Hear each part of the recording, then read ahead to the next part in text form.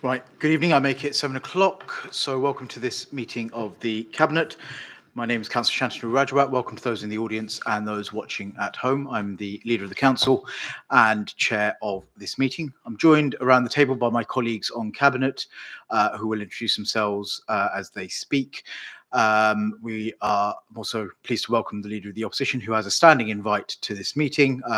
Unfortunately, doesn't get voting rights, but is able to ask questions. And we're also joined by officers of the council who, again, do not take part in the decision making, but are here to offer support where needed. We've got quite a bit to get through today, so I'm going to go straight to the first item on the agenda. That's apologies for absence. I've had apologies from Councillor Bruce, Councillor Shivraj Garawal, Councillor Sampson, and Councillor Shaheen. I think everyone else is here. Oh, and Councillor Raza as well, as Chair of the Overview and Scrutiny Committee as well. Are there any declarations of interest from members? Any communications? As a standing reminder, can I ask you to note the monitoring officer's note on interests as well? Moving on to the second item is the minutes of the meeting held on the 18th of March. Take them page by page for accuracy and matters arising. Page 7, page 8, page 9, page 10, and page 11. Members, are you happy to agree those minutes? Agreed? Excellent. Thank you very much. Now move on to our first substantive item. It's a final decision regarding the proposed merger of Cardinal Road Infants and Nursery and Victoria Junior School. Councillor Chowdhury. Thank you, Leader. Councillor Samir Chowdhury, Cabinet Member for Education, Children's Skills and Employment. This is the final decision regarding the proposed merger of Cardinal Road Infant and Nursery and Victoria Junior School. You'll recall that in January 2025, we had discussed this and proved the first stage for this report. So this one is back in taking in account of the responses received during the representation period of the Cabinet, is asked to give final approval to a merged school by extending the age range of Cardinal Road Infant and Nursery School to accommodate age 3 to 11 through nursery through to year 6, and closing Victoria Junior School on 31st of August 2025. All pupils from both will become a part of the merged primary, which would open on 1st of September 2025. So the recommendations are on page 12 from 1 to 5, and move the report. Thank you. Thank you, Councillor Chowdhury. I'll second it and reserve my right to speak. It's therefore open for questions, discussions. Anybody wish to say anything on this one? Appreciate there was a number of responses to this. They've obviously been carefully considered, but delivering the best outcomes for our young people remains an absolute priority. And I think the rationale within the report makes absolute sense on this. And obviously we will support both schools as they transition to this for September, I would imagine. Okay, good. As there's no indication, I will move straight to the vote on this. The recommendations are on page 12, 1 to 5. Can I see all those in favour? That is carried unanimously. Thank you very much. Right, in Councillor Sampson's absence, I will move the draft housing strategy, which is page 39 to 96. So the report asks Cabinet to approve the consultation draft of our new housing strategy, which covers the period 2025 to 2030. That replaces the previous housing strategy, which ran from 2019 to 2024.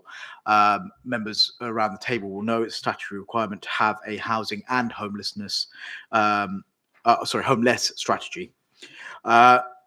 As we know, across the borough, there's a background of rising homelessness and housing need in the borough. And this administration, our administration, wishes to continue the success of the previous strategy to minimise the number of households in temporary accommodation, improve housing conditions across social and private tenures, and secure more affordable homes. The consultation draft housing strategy is, of course, aligned to the corporate plan and Hounslow's local plan. so that it's sympathetic to our wider strategic objectives. The public consultation will ensure that we fully capture our residents' needs and listen to the advice of residents and partners to identify priorities for our housing services.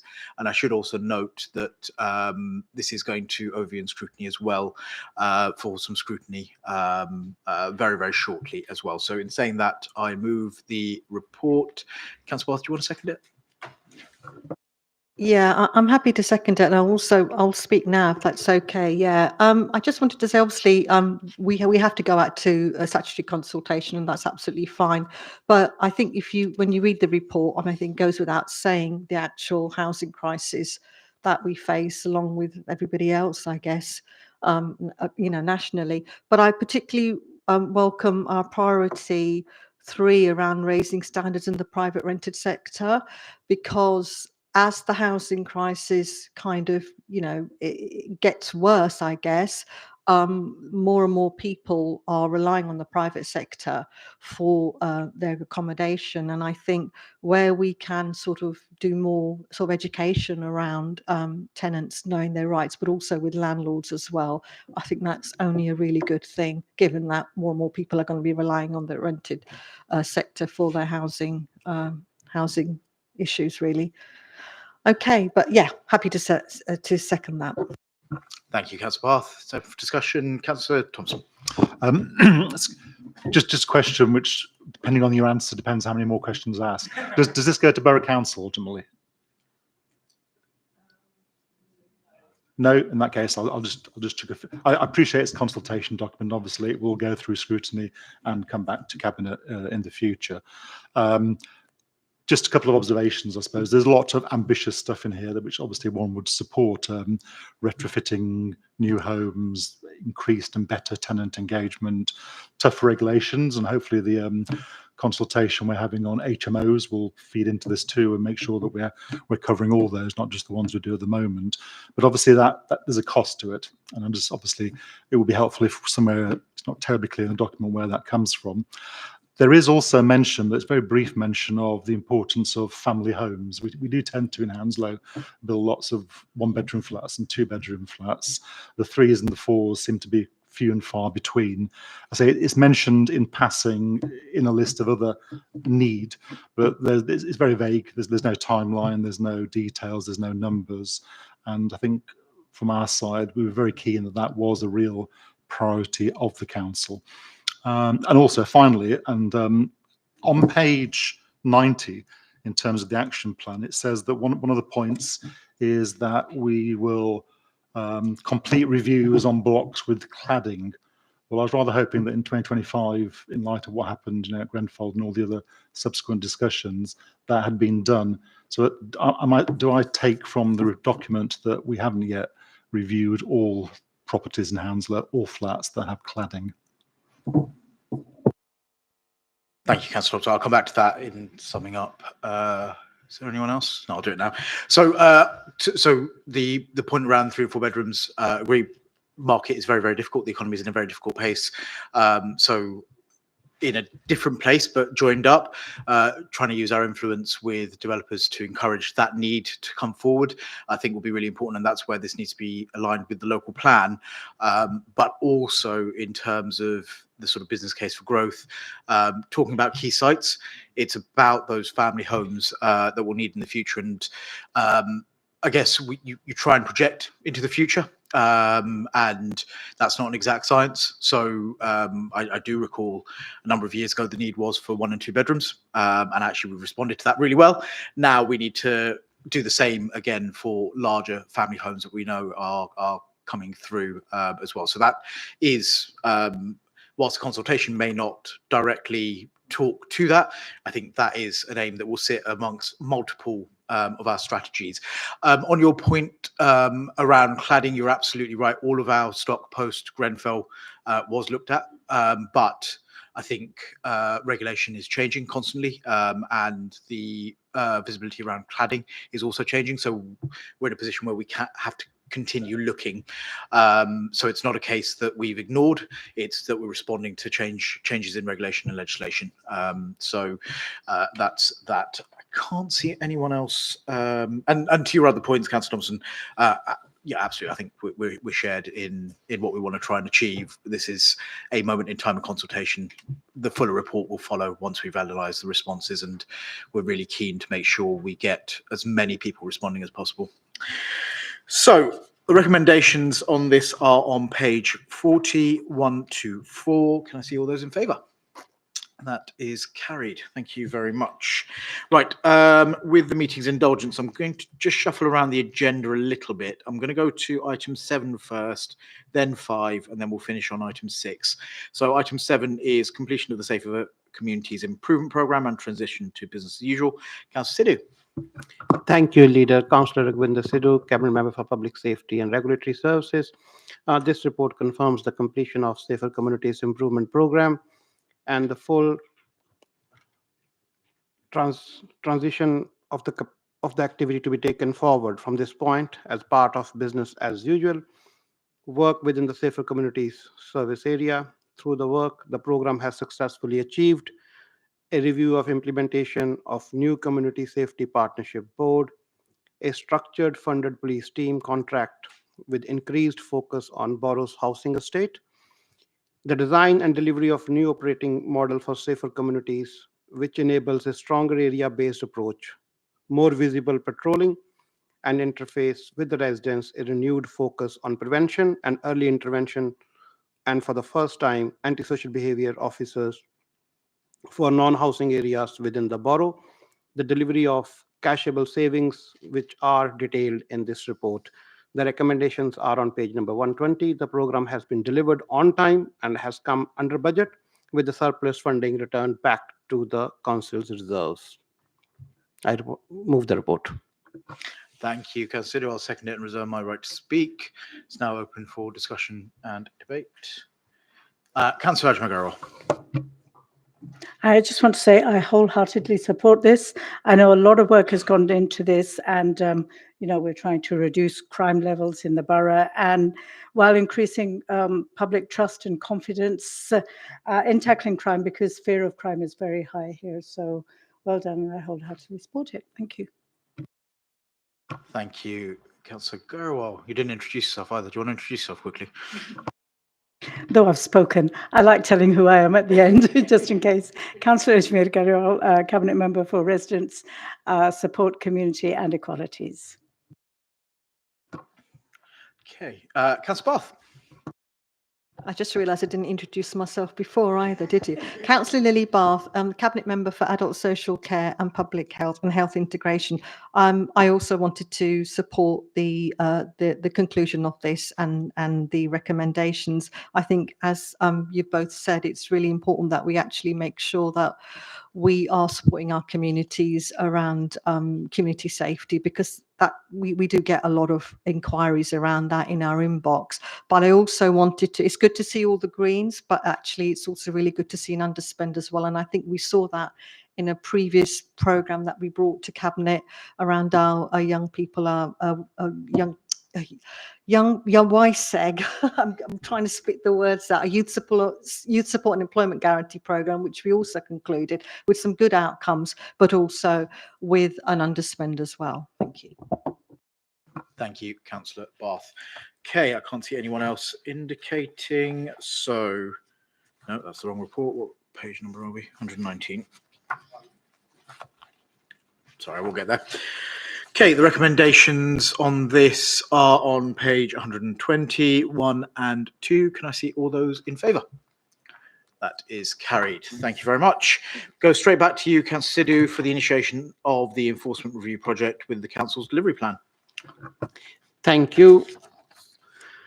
This project is designed to undertake a comprehensive review on enforcement activities in the borough, such as environmental enforcement, which includes fly tipping, noise pollution, littering, etc., parking enforcement, and associated place-based activities such as licensing and regulatory services. The scope of the work will include a range of internal council services, as well as the third-party contracts, including parking enforcement, which is run by NSL, and the environmental enforcement contract provided by APCOA. Through the work of this project, enforcement activities will become more effective and increasing responsiveness and visibility for the public, as well as ensuring that best value is being achieved through the relevant contracts. This will also include looking at digital technology to modernize the council's approach in this area. The cabinet report approves the initiations of the project, and recommendation is short-term extension of parking enforcement contract, which will allow sufficient time to do the work through thoroughly and achieve the best outcomes. I move the report. Thank you, Councillor. I'll again second it and reserve my right to speak. Speakers, Councillor Dunn. Thank you. Councillor Catherine Dunn, Cabinet Member for Climate, Environment and Transport. Don't have a whole lot to say about this because obviously it's the start of a project, but just want to say that I think it's the right thing to do. I mean, obviously this flows on from your previous report, Councillor Sidhu, so you could see the sort of evolution and the continuation. I think it is really good that we're going to review all of our enforcement services. Enforcement is such a broad term and it covers so many things because you can enforce almost anything, or you might decide you want to enforce almost anything. And so there's a number of different services that have been identified, ranging from parking, through to parks and trading standards and licensing and so many diverse things, but there are things that they have in common. And I think it's really important that we do look at how we can streamline, how we can provide the best value so that our residents have the best experience, but also to make sure that we're getting the best value for money for these services. So fully support the work and look forward to seeing what comes out of it. Thank you, Councillor Dunn. Can't see anyone else. Oh, Councillor Thompson. No. Again, it's a key area, isn't it, of, as Councillor Dunn said, what the council does. So we need to get it right. Obviously, we're using £250,000 from reserves, and as the report says quite clearly, we're not really certain whether there'll be any financial benefit. That may be somewhere between the same sort of amount or going up to £500,000. So that is obviously, potentially this is an expensive program with little potentially significant cashable benefits. That's just one thought. And I'm also conscious the report seems to be sort of suggesting that this will all be finished by 2027. So that's quite a long time to wait, isn't it? And hopefully we would see some improvements sooner than the completion of the program. So there's a question there, and just to wonder whether this is value for money. Do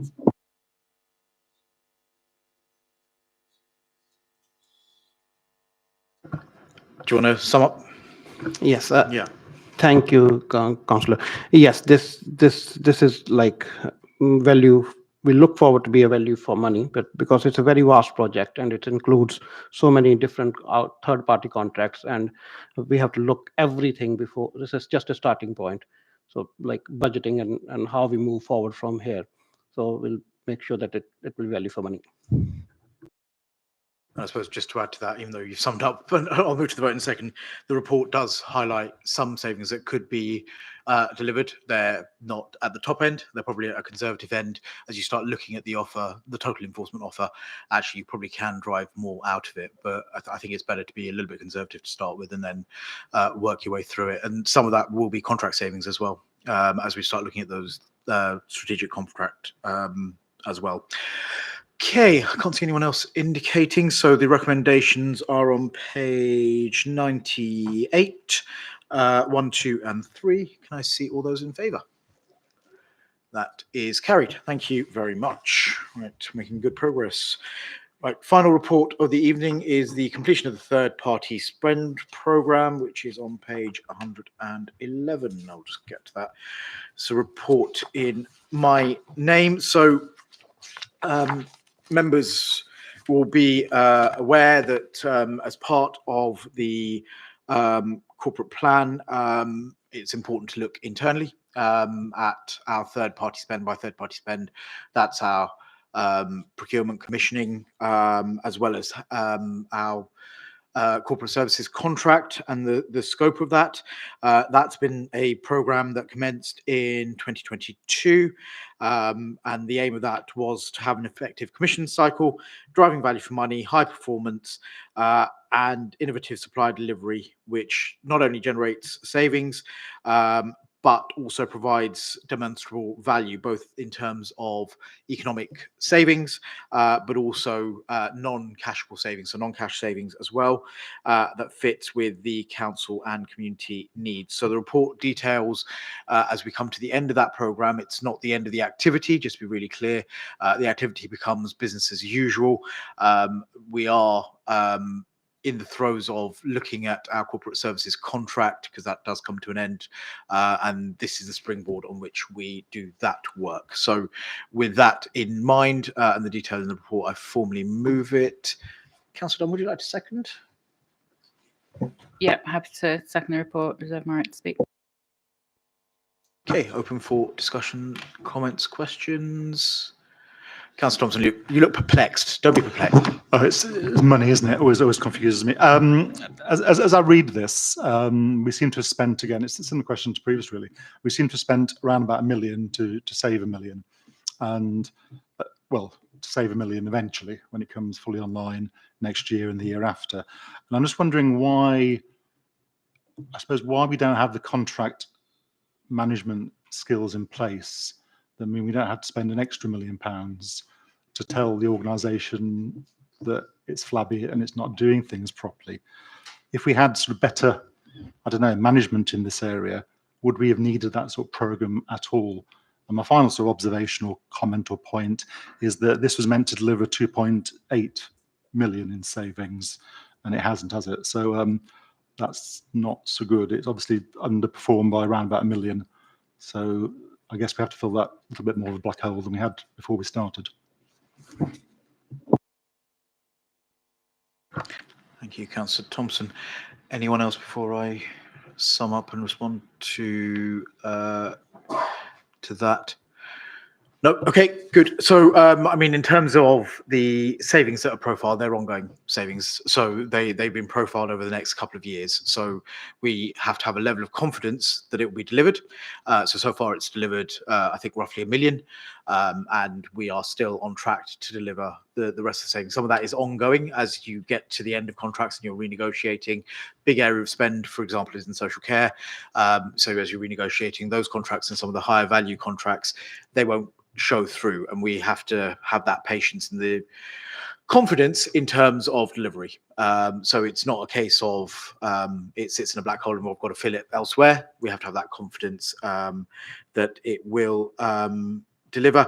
I mean, in terms of your first point, this all ties into the broader piece around transformation. So what we're not saying in this report is that our contract management arrangements weren't efficient. They delivered for what they needed to deliver at that point, with a renewed focus, transforming services, looking more long term.